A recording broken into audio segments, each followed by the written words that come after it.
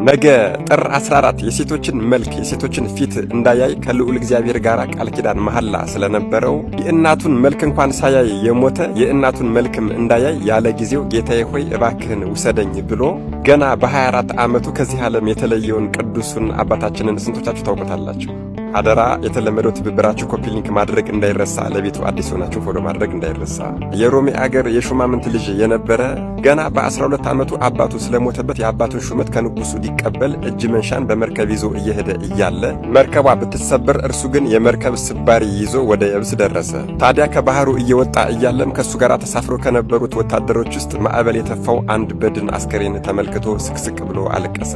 በዚህም የተነሳ መንፈስ ቅዱስ አነሳስቶታልና የዓለምን ኃላፊነትና የሰውን ከንቱነት ተረድቶ ገና በ12 ዓመቱ በዚህ ተአምር የተነሳ ይህንን ዓለም ትቶ ወደ በረሃ መንኗል።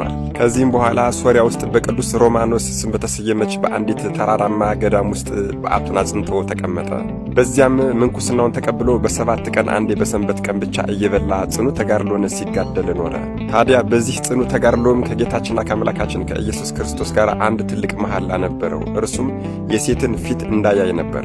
በዚህም ተጋድሎና ጽናቱ የተነሳ እግዚአብሔር ሀብተ ፈውስን ሰጥቶት ዝናው በዓለም ሁሉ ተሰማ።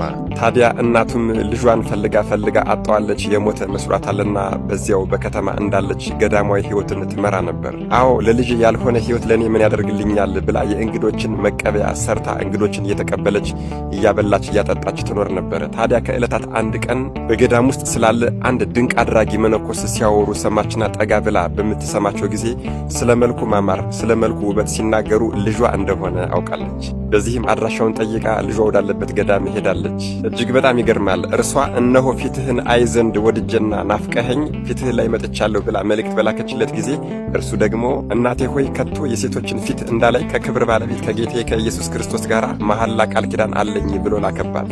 እርሷ እናቱም የናፈኩትን ፊትህን ካላሳየኸኝ ወደ ዱር ሄጄ አውሬ ይበላኛል ብላ መልእክት ላከችበት። ይህ ቅዱስ አባትም እናቱ ካላየችው እንደማትተወው እርሱም ለአምላኩ ለእግዚአብሔር የገባውን ቃል ኪዳን እንደማያፈርስ ባወቀ ጊዜ ነፍሱን በዚህችው ሰዓት እንዲወስድለት ወደ ፈጣሪው ለመነ። ታዲያ በዚህ ሰዓት እጅግ በጣም ይገርማል። ፈጣሪው ጸሎቱን እንደሰማው ባወቀ ጊዜ የበሩን ጠባቂ እናቴ ወደ እኔ ትገባ ዘንድ ፍቀድላት አለው። ታዲያ እናቱ ግን ወደ ልጇ በገባች ጊዜ ይሄ ቅዱስ አባት አርፎ ነበር። ይህች ምስኪን እናትም በመጮህ ምርር ብላ አለቀሰች። ወዲያውም ነፍሷን ከስጓ እንዲለይላት ወደ ፈጣሪዋ ታማጽናለች። ልዑል እግዚአብሔርም ጸሎቷን ሰምቶ በዚሁ ቀን እንድታርፍ አድርጓታል። በዚህም መሰረት እናትና ልጅ በአንድ ቀን አርፈዋል። ታዲያ የገዳሙ አበው መነኮሳት እነዚህን ሁለቱን እናትና ልጅ ለይተው ሊቀብሩ ባሉ ጊዜ ከቅዱሱ ሥጋ የእናቴን ሥጋ ከሥጋዬ አትለዩ፣ በሕይወቷ እያለች ላስደስታት አልቻልኩምና አለ።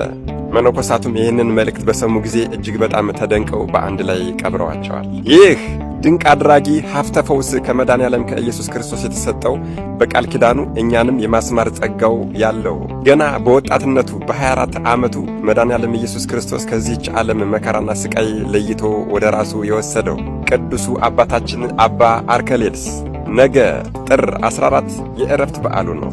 አደራ የተለመደው ትብብራችሁ ኮፒ ሊንክ ማድረግ እንዳይረሳ ጠይቃለሁ።